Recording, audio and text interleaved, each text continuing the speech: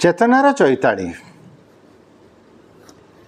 कवि राधानाथंकर गोटे कवितार धाड़ी थला एभली चिन्हिबाकू शिखी नाही परम मन सेकी केवे प्रभु पण को भाजन। हुए तो मोर उद्धृतिर टिके भूल रही था पारे, बहुत दिन तले पढ़ी किंतु ये उद्धृतिर अर्थ होची प्रभु व मालिक हवा हेले प्रथम कर्मचारी व भृत्यर मन को बुझा पड़ो बा अन्य अर्थ कहले जे अन्यर मन को बुझी नहीं से प्रभुपण को भाजन बा योग्य नुहे।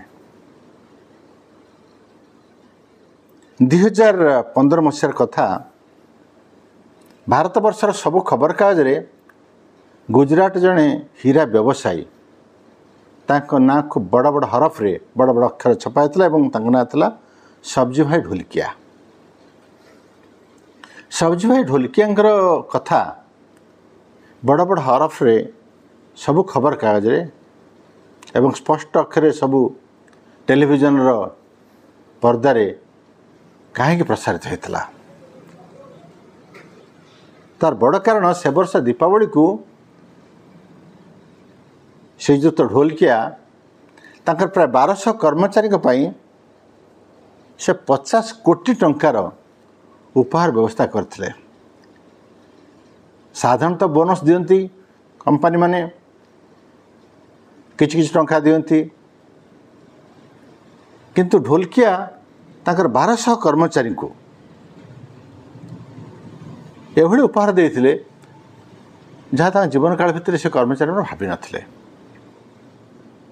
क्या कार, क्या नुआ अपार्टमेंट, जदि अपार्टमेंट अच्छी कार अच्छी ताल 5 लाख टंका एथिरे से 50 कोटी टंका खर्च कले। से भारत वर्षर सबु संवादपत्र सब्जी ढोलकिया ना प्रचारित है।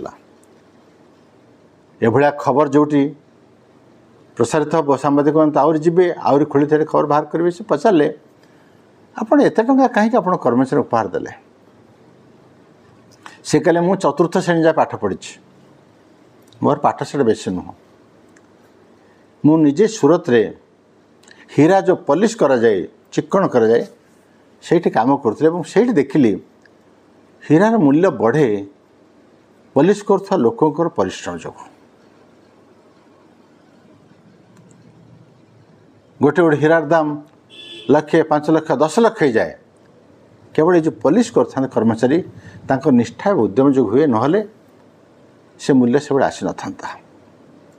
एवं जो मान परिश्रम जो जो मान उद्यम जो ये हीरार मूल्य बढ़े से उपहार दबा अति साधारण कथा एवं अत्यंत स्वाभाविक कथा।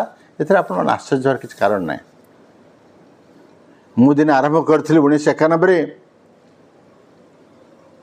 से बड़ मो पर किसी नाला विशेष संबल नाला,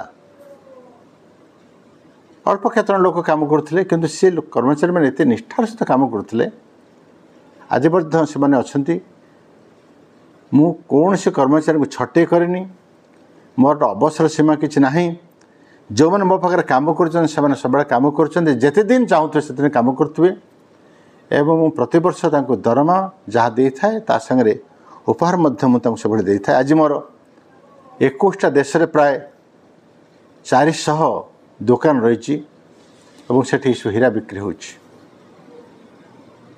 सांबादिक पचारे आपणकर ये कारखाना को आपण कौन कहे, से कहे हीरा कारखाना बोलते समस्त कहती, मु कहि मनीष कारखाना। कारण हीरा ठारू भल मनीष बहुत गुरुत्वपूर्ण।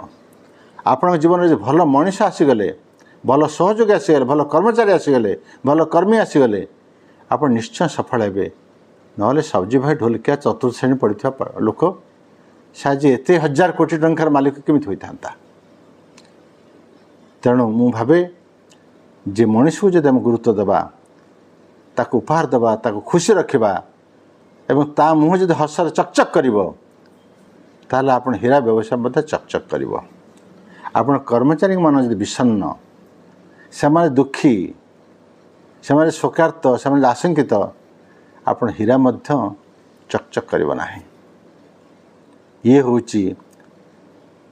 गुजरातर हीरा व्यवसायी ढोलकियांकर कथा जो अनेक बड़ बड़ लोक हुए तो किछि किछि तथ्य पाइपर किछि किछि इशारा पाइपर कि भाव मनीष उपरको उठे एवं किभଳି उपरको उठिला परे मध्य से तार माटी तलर कथा अतीत कथा एवं साधारण कर्मचारी कथा मन रखि था।